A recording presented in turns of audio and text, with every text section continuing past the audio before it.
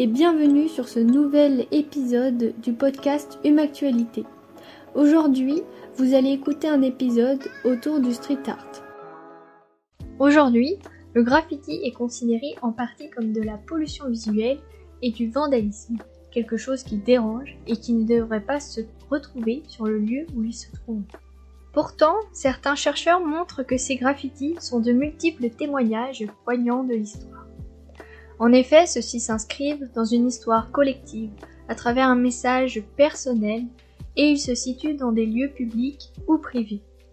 Mais l'État emploie aussi des artistes pour sublimer et décorer l'espace public avec des graffitis qui s'inscrivent dans le mouvement de l'art urbain ou street art. Ces graffitis sont alors vus comme des œuvres d'art grâce à leur graphisme poussé. Le mot graffiti regroupe des œuvres monumentales comme celle de Ward, des œuvres pochoirs comme celle de Banksy, des mots tagués pendant une manifestation, des petites œuvres sculptées, peintes au coin des rues et bien plus encore. Dans cet épisode de podcast, nous verrons que le graffiti est tout sauf de la pollution visuelle et du vandalisme. Et pour ça, je vous parlerai de la naissance du graffiti, de son histoire et du témoignage qu'il nous livre. Tout d'abord, c'est quoi un graffiti ?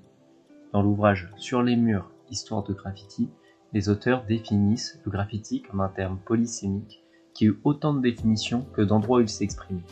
C'est un terme inquiétant car il est souvent associé à la notion de mystère par les scientifiques. Pour faire simple, le graffiti est la marque d'expression spontanée, gratuite, anonyme, d'affirmation personnelle à valeur intime, informative, poétique et politique destinée à être vue. Il témoigne d'une émotion, d'une sensation vécue lors d'un événement quotidien ou exceptionnel. Graffiter est aussi synonyme du verbe d'action. En effet, on remarque qu'écrire, graver sur les murs, ça permet d'inscrire une expression éphémère dans le temps. En somme, ce mot regroupe aussi bien des dessins et des gravures que des peintures et des bas-reliefs. Mais il faut comprendre que bien que le graffiti soit un geste individuel, il doit être lu avec le contexte collectif dans lequel il s'inscrit.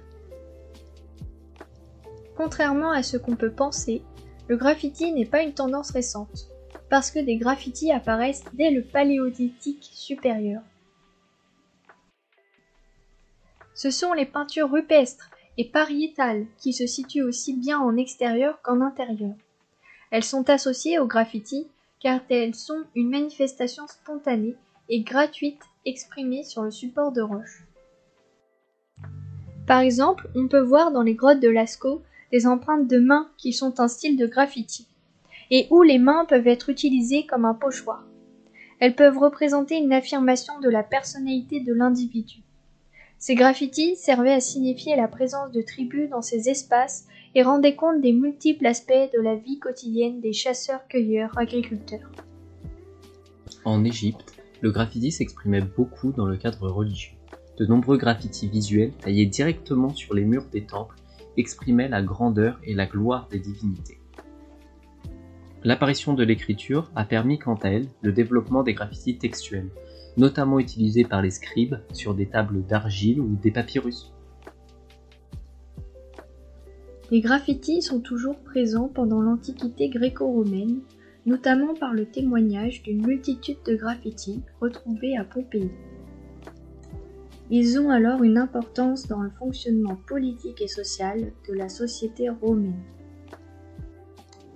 Ils sont le témoin d'une forme de vie culturelle de la société, mais aussi le reflet des pensées de ses citoyens.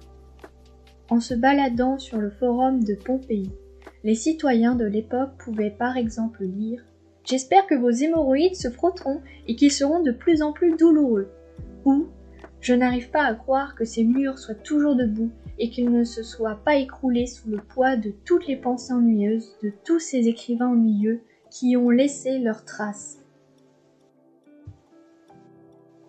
Lors du Moyen-Âge et de la Renaissance, la production de graffiti continue d'être très présente. Comme en Égypte, le graffiti était une forme acceptée qui reflétait la foi de ceux qui l'effectuaient. Par exemple, les marginalia, c'est-à-dire des inscriptions dans les marges de pages d'un manuscrit laissé par des copistes au Moyen-Âge, peuvent être vues comme un témoignage de cette utilisation religieuse du graffiti. Des graffitis se mettent aussi à apparaître dans les prisons. Les prisonniers pouvaient graver sur les murs de leurs cellules pour ressentir un peu de liberté, car cet acte leur donnait la sensation de s'évader un instant de leur vie. Aujourd'hui, les graffitis sont toujours présents et ils se sont transformés. Ce n'est plus l'utilisation d'un stylet pour graver la pierre antique ou du crayon pour annoter les manuscrits moyenâgeux, mais c'est plutôt le détournement de la bombe aérosol à partir des années 1940. Les personnes ont alors commencé à peindre les métros aux États-Unis et les murs avec des slogans politiques ou des signatures. Un nouveau mouvement est né de cette pratique, le street art ou l'art urbain en français. Prenons un exemple contemporain. Banksy, street artiste célèbre anonyme, a utilisé plusieurs pochoirs pour réaliser des petites œuvres politiques. On peut retrouver ces œuvres en Ukraine, et celle-ci dénonce l'absurdité de la guerre lancée par la Russie. Il utilise alors le pochoir comme un moyen d'action libre et illégale, permettant de critiquer la guerre actuellement en cours là-bas. En conclusion, la chronologie historique permet de voir que le graffiti a toujours existé et a traversé le temps sous différentes formes. Il n'a également pas toujours été synonyme de vandalisme. Il a surtout été et est toujours l'expression d'un individu faisant partie d'une communauté. Ainsi, aujourd'hui, le graffiti reste une forme privilégiée pour certains artistes et anonymes de s'exprimer dans l'espace public et privé. Cette pratique peut être toutefois rémunérée par l'État pour certains artistes plus chanceux. Pour aller un peu plus loin, j'ai interviewé Tata Brains. Pour le présenter brièvement, c'est un artiste rennais qui dessine des petits personnages au cœur ailé, au coin des rues de la ville et ailleurs. Alors, voici cet entretien avec cet artiste rempli d'amour à donner. Pouvez-vous vous présenter ? Tout à fait. Donc moi c'est Erwan, ou Tata BZH. Donc j'ai 50 ans, j'ai 2 enfants. J'ai grandi à Lorient, dont je suis originaire. Et ensuite j'ai grandi à Fougères. Et puis depuis plus de 25 ans maintenant je suis rennais. Dans la vie je suis délégué pharmaceutique. Le street art c'est un loisir pour moi, c'est pas mon métier. Donc je le fais juste pour le plaisir. Deuxième question, c'est pourquoi avez-vous choisi ce mode d'expression ? Pourquoi j'ai choisi le street art en fait, c'est ça ? Oui, c'est ça. Pourquoi s'exprimer dans la rue quel est l'intérêt pour vous, pour toi de le faire Moi, alors déjà quand je suis passé, j'ai fait des études à Paris. Et quand je suis allé à Paris, j'ai découvert un peu le street art et surtout des personnes qui venaient taguer, graffer, donc des fresques, etc., faites plutôt à l'aérosol. Et donc j'ai choisi le street art principalement parce que c'est une forme d'expression qui est libre. Et moi, ma liberté, c'était aussi de faire sortir ce que j'ai en moi. Donc on parle d'amour, c'est-à-dire que c'est pas que naïf ce que je fais, c'est un petit bonhomme, un petit personnage qui a mûri dans mon imaginaire. Voilà. Donc le street art, en fait, je l'ai pas vraiment choisi, c'est venu juste comme ça, c'est juste par rapport à certainement des expériences, le fait de voir d'autres artistes dans la rue le faire. J'ai juste souhaité en fait avoir ma petite contribution à cet art urbain, voilà. Et puis et pourquoi l'amour parce que le petit personnage que je représente, ça représente plutôt l'amour. C'est que ce n'est pas que naïf, ça peut être un peu poétique parce que l'amour, tu vois, avec plus d'amour il y a pas de guerre, avec plus d'amour il y a plus de compréhension, avec l'amour il y a plus de bienveillance. Et je pense que c'est au centre de ce que moi j'aimerais en fait dans un monde idéal. Voilà. Je pense que le chemin de l'amour c'est pour moi le plus beau.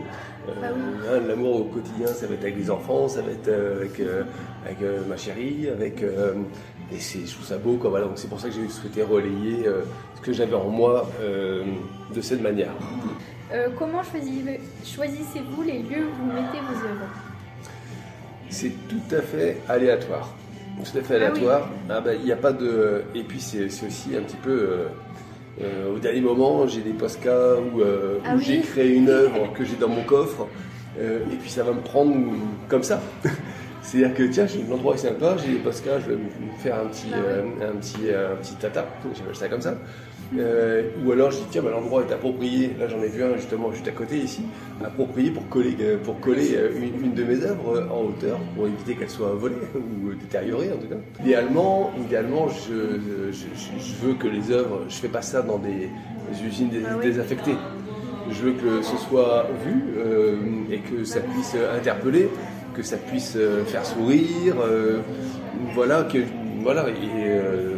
très souvent dans les coins des rues, ici à Rennes il y en a quelques-uns quand même. Et c'est ça, il faut que l'endroit soit beau, ça peut être sur un blocos face à la mer, ça peut être... Ça j'ai vu aussi. Ouais, ça peut être sur un arbre, ça peut être n'importe où en fait, par terre. J'en ai fait un au Mans ce week-end. J'ai déposé mon fils, il avait un match de basket au Mans. J'ai ouvert mon coffre, j'ai fait un cœur ailé, parce que je fais mon petit personnage, mais j'ai fait aussi des cœurs ailés. J'ai vu la vente aussi. Voilà, et je l'ai fait sur le trottoir derrière mon coffre. Ah oui, j'ai vu. Ouais. Ah oui, voilà, c'est ça. Oui. Voilà. Donc après, c'est spontané, totalement spontané. Et pourquoi avoir choisi plusieurs supports, donc le bois, l'ardoise ou même le Posca? Alors, les supports, c'est comme en fait, les Posca ou aérosols, c'est aléatoire. Aussi? C'est complètement aléatoire. Je me suis vu entre deux rendez-vous faire ça sur des panneaux de signalisation, sur des murs, sur des ardoises. Il n'y a pas de règle, c'est selon l'inspiration du moment. Et c'est vraiment quelque chose qui est juste, c'est aléatoire. Moi, je choisis ici plus le Posca, oui. Parce que la peinture ou la bombe aérosol, il faut une forme de maîtrise quand même, il faut qu'elle soit quand même bien là, et il faut de la technique. Moi, j'ai pas vraiment de technique, oui. Je fais ça comme je le peux, voilà. Et c'est vrai qu'il n'y a pas de... Si je pouvais faire des choses à la bombe plus facilement, encore hier dans mon jardin, j'ai essayé de m'exercer, mais c'est compliqué. Et donc, j'ai pas pris de cours, c'est autodidacte, mais je suis pas encore arrivé à ce que je peux faire de mieux, je pense. Oui, donc il y a une forme d'amélioration un peu dans... Il y a la recherche de l'amélioration, mais ça demande beaucoup de temps. Et comme j'ai des enfants, j'ai un métier, et pas que ça à faire en même temps, voilà. Oui. Mais c'est meilleur, j'ai le temps devant moi encore. Oui, c'est clair. Ma prochaine question, c'est que voulez-vous transmettre aux spectateurs comme message, par exemple, qui regardent vos œuvres? C'est principalement de les interpeller, d'avoir un peu de plaisir peut-être, de dire tiens, qu'un enfant dit à sa maman, tiens regarde le petit personnage là, le petit cœur, il est mignon, voilà. C'est juste qu'on trouve ça mignon et ça ne plaira pas à tout le monde. Oui. Tant pis, c'est pas grave, c'est pas fait pour plaire à tout le monde. Hein. Et j'ai certainement des détracteurs, des personnes qui trouvent ça cul à praline, comme on dit, quoi. Hein. de faire des cœurs sur les murs. Chacun fait comme il veut. Moi, c'est mon petit kiff et je trouve ça rigolo. Et comme le message est très positif, ça me. Voilà, peu importe ce qu'on pense de ce que fait Tata. Hein. Dernière question, c'est que ressens-tu lorsque tu t'aperçois que tes créations restent sur le mur où tu l'as posé? Tant que mes créations restent sur les murs, moi ça me fait plaisir, parce que si je les ai mises, c'est pour pas forcément qu'elles soient enlevées du jour au lendemain. Après, comme il y a le côté un petit peu illégal de mettre des choses, je peux comprendre que des personnes aient envie d'enlever, parce que ça leur convient pas, etc. J'ai eu des mauvaises surprises, des personnes qui ont dégradé. Oui. Notamment, je m'en souviens, à Vannes, dégradé une ardoise que j'avais posée, mais un gros coup de marteau. On voyait encore les traces de marteau dessus. Là, je voyais pas trop l'intérêt. Donc, quand ça tient, c'est très bien. Puis, j'espère que certains dureront le plus longtemps possible. Que ce soit pour moi, peut-être que j'aurai des petits-enfants qui verront des tatas à droite à gauche. Je trouve ça trop rigolo quand même. Oui. Moi ça me fait plaisir. Et puis, tant que ça plaît et que ça reste en place, tant mieux, comme ça tout le monde peut en profiter. Ah ouais, carrément. J'ai des personnes qui aiment bien chercher aussi des tatas. Quand on se déplace, quand des personnes qui m'écrivent des fois qui me disent tiens, je vais en vacances à tel endroit, est-ce que vous avez fait des choses là-bas? Ah oui. Pour pouvoir aller voir, je trouve ça assez incroyable en même temps qu'il y ait cet carrément. intérêt. Mais ça me fait plaisir. Donc quand je lui dis tiens, à Lorient ou à tel endroit, j'en ai fait, j'espère qu'elle soit encore en place, quoi. Ouais, carrément. Donc ça me fait plaisir qu'elle reste. Oui, parce qu'en fait, quand c'est dégradé, j'ai appris ça lors de la visite, ça s'appelle toyer, donc ça veut dire insulter l'artiste. Alors toyer, oui, alors dégradé, mais sinon c'est réécrire dessus. Ouais, aussi. Ouais, réécrire dessus c'est toyer. Alors après dégradé, je sais pas si dégradé c'est toyer aussi, peut-être, je sais pas. Alors, ça c'est ma limite, je suis pas un street artiste conventionnel, on va dire. Merci d'avoir écouté cet épisode sur le street art.